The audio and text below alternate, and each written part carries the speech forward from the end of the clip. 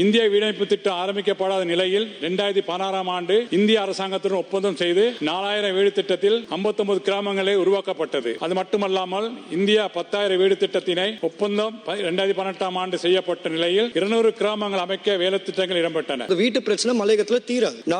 நாங்க அமைச்சரவை பாரோ எடுத்து ஒரு வருஷத்துல 629 வீடுகளை நாங்க கட்டி முடிச்சிருக்கோம். அது இல்லாம இந்திய அரசாங்கத்தோட 1300 வீட்டுல 600 வீடையும் தொடங்கி இருக்கும். இந்திய அரசாங்கத்தோட வீடு திட்டத்தை எடுத்தா அதுல 3500 மன்னிக்கணும், அதுல 1300. ஆனா இலங்கை அரசாங்கம் ஊடாக வெறுமனே 387 வீடுகள் மட்டும்தான் கட்டுறதுக்கு இன்னைக்கு நிதி ஒதுக்கீடு இருக்கு. தயவு செய்து NHTA மூலியமா, முக்கியமா இருக்கிற வீடமைப்பு அதிகார சபை மூலியமா நிதி ஒதுக்கீடு அதுக்கு அதிகரிச்சு கட்டாயம் நீங்க மலையகத்துல வீடு கட்டுறதை விட ஒரு உதாரணம், ஒவ்வொரு பாராளுமன்ற அமர்வும் நாங்க இதான் முன்வைக்கிற ஆலோசனையா, மலையகத்துல நான் ஏற்கனவே சொன்ன மாதிரி 2,51,000 குடும்பங்கள் இருக்காங்க வீடு இல்லாம. இந்திய அரசாங்கம் மூலியமா நம்மளுக்கு ஏற்கனவே 4000 வீடு வந்திருக்கு. அது இல்லாம இன்னொரு 10,000 வீடு இருக்கு. இங்க என்னதான் நிறைய வாய்ச்சொல் வீரர்கள் நாங்க 5000 வீடு கட்டுறோம் 10,000 வீடு கட்டுறோம் சொன்னாலும் உண்மையான நிலவரம் மிஞ்சு போனா இந்த வருஷம் உங்களால 1000 வீடு கட்டி முடிக்க முடியும்.